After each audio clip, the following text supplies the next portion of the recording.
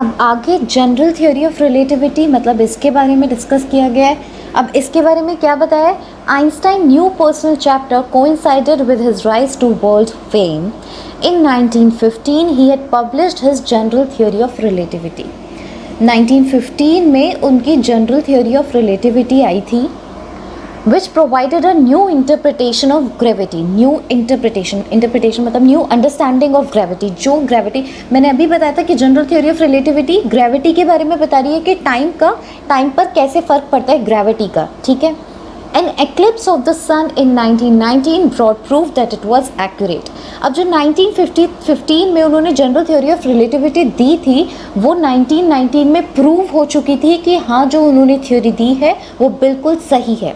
और वो 1919 में क्या था? An eclipse of the sun means solar eclipse. Eclipse of the sun means solar eclipse. और सोलर एक्लिप्स कब होता है?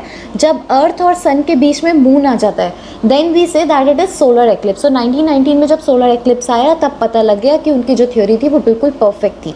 अब उनकी थ्योरी थी क्या? Einstein had correctly calculated in advance the extent to which the light from fixed stars would be deflected through the sun's gravitational field। अब उनकी थ्योरी में उन्होंने ये बताया था कि सन के ग्रेविटेशनल फोर्स की वजह से, जो सन का ग्रेविटेशनल फोर्स है उसकी वजह से स्टार्स से जो लाइट आ रही है वो डिफ्लेक्ट हो जाएगी किसी और पोजीशन पे, ठीक है। मतलब जब हम देखेंगे तो वो किसी और पोजीशन पर डिफ्लेक्ट हो जाएगी, अपनी पोजीशन चेंज कर लेगी। मतलब सन से जो ग्रेविटेशनल फोर्स की वजह से स्टार्स से जो लाइट आ रही है, तो जो लाइट है वो डिपेंड है, ओके। तो जो लाइट आ रही है वो डिफ्लेक्ट हो जाएगी और हमें कहीं और नज़र आएगी। सो ये उनकी थ्योरी थी जो प्रूव हो चुकी थी 1919 में कि वो एकदम परफेक्ट है। The newspapers proclaimed his work as a scientific revolution. तो न्यूज़पेपर्स में 1919 में यही आया कि एक बहुत बड़ा साइंटिफिक रेवोल्यूशन है, क्योंकि आज तक कोई भी इस चीज़ को प्रूफ नहीं कर पाया था।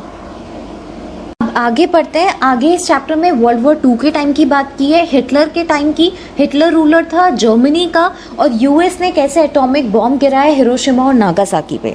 When the Nazis came to power in Germany in 1933, जब नाजीज रूल करते हैं जर्मनी को, नाजीज किसकी पार्टी थी? हिटलर की। तो जब हिटलर रूल करता है जर्मनी पे 1933 में, आइंस्टाइन इमिग्रेट कर जाते हैं यूएस में, क्योंकि आइंस्टाइन को लगा था कि अब यहाँ पर डिक्टेटरशिप आ गई है तो बहुत प्रॉब्लम्स होने वाली हैं, तो आइंस्टाइन यूएस इमिग्रेट कर जाते हैं। 5 years later, the discovery of nuclear fission in Berlin had American physicists in an uproar। 5 साल बाद न्यूक्लियर फिजन की डिस्कवरी होती है। फिजन देखो क्या होता है, एक प्रोसेस होता है जिसमें जो न्यूक्लियस है वो 2 और मोर देन 2 पार्ट्स में डिवाइड हो जाता है और उसमें से एक स्ट्रॉन्ग एनर्जी रिलीज होती है। अब इतनी स्ट्रॉन्ग एनर्जी तो ऑब्वियसली किसी न्यूक्लियर बॉम्ब, कुछ ऐसा ही न्यूक्लियर इक्विपमेंट्स बनाने के लिए ही काम आएगी। तो वो लोगों को समझ आ जाता है। इसकी डिस्कवरी होती है बर्लिन में। और बर्लिन क्या है? Berlin is a capital of Germany.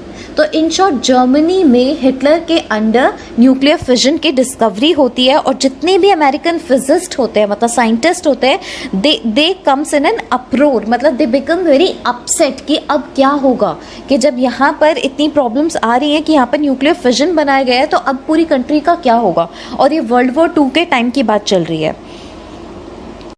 Many of them had fled from fascism just as Einstein had।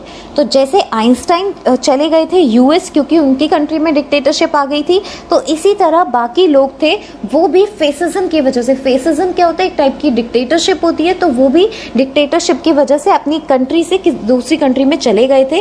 And now they were afraid the Nazis could build and use N atomic bomb.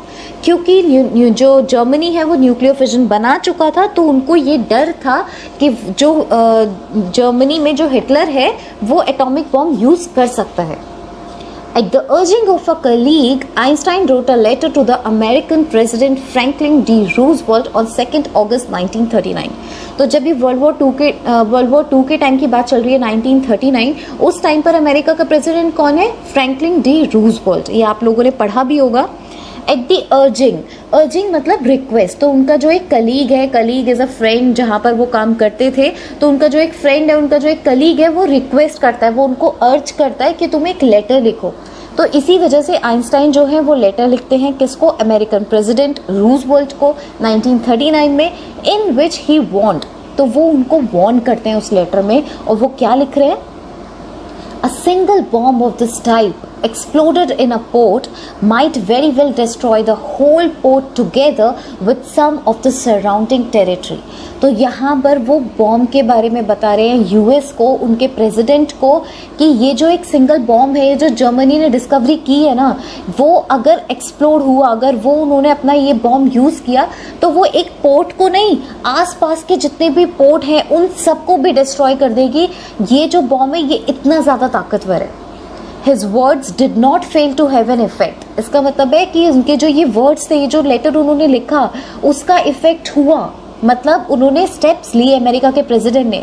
The Americans develop the atomic bomb in a secret project of their own.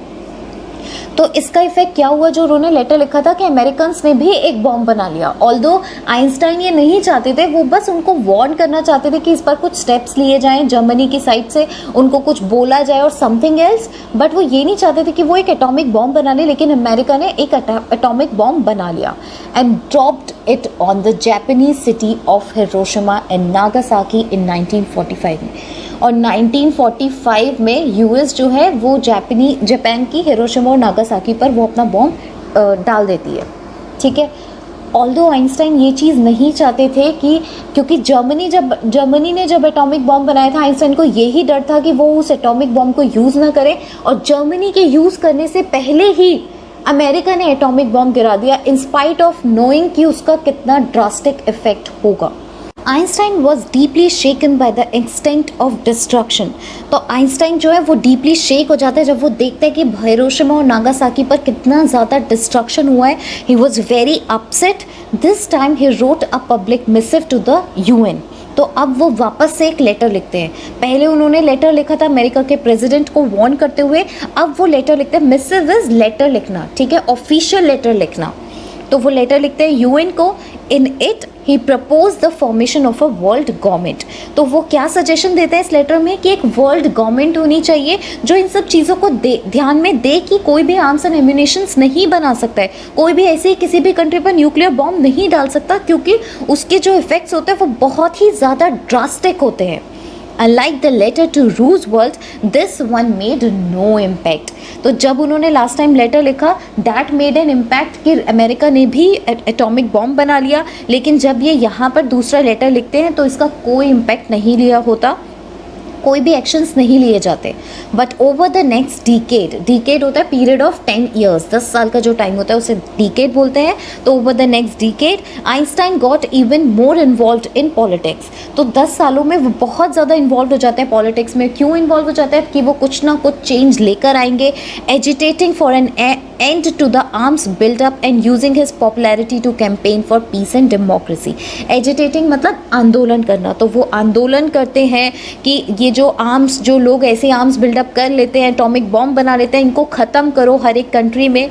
और अभी किसी को भी nuclear bomb बनाने की इजाज़त भी नहीं है, कोई भी कंट्री यूँ ही नहीं बना सकती है। तो same because of this thing ये भी बहुत बड़ा इम्पैक्ट डाला है कंट्री पर, और उन्होंने अपनी पॉपुलैरिटी को भी यूज़ किया। आइंस्टाइन अभी तक भी इतने पॉपुलर हैं, तो उस टाइम पर भी पॉपुलर थे, तो उन्होंने अपनी पॉपुलैरिटी को यूज़ करते हुए कैंपेन्स की डेमोक्रेसी के लिए, पीस के लिए। When Einstein died in 1955 में उनकी डेथ हो जाती है at the age of 76। He was celebrated as a visionary. Visionary कौन होता है? A person who can think about future in an original and intelligent way.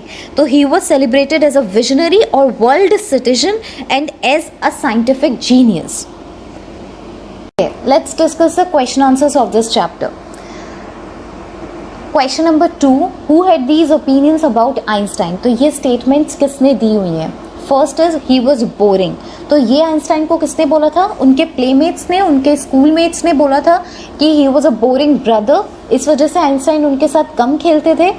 Second statement, he was stupid and would never succeed in life। ये statement Einstein को किसने दी थी? किसने ये चीज़ बोली थी?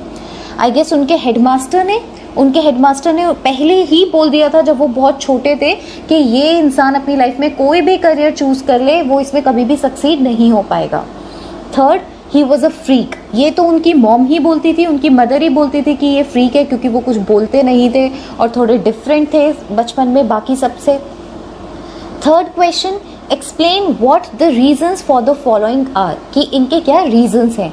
First point is Einstein leaving the school in Munich for good. तो क्यों तुम्हें ऐसा लगता है कि Einstein leave the school in Munich for good?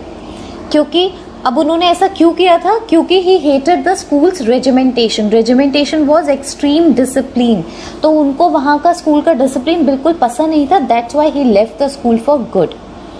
Second point, Einstein wanting to study in Switzerland rather than in Munich. वो Switzerland में ज़्यादा क्यों पढ़ना चाहते थे रादर देन म्यूनिक?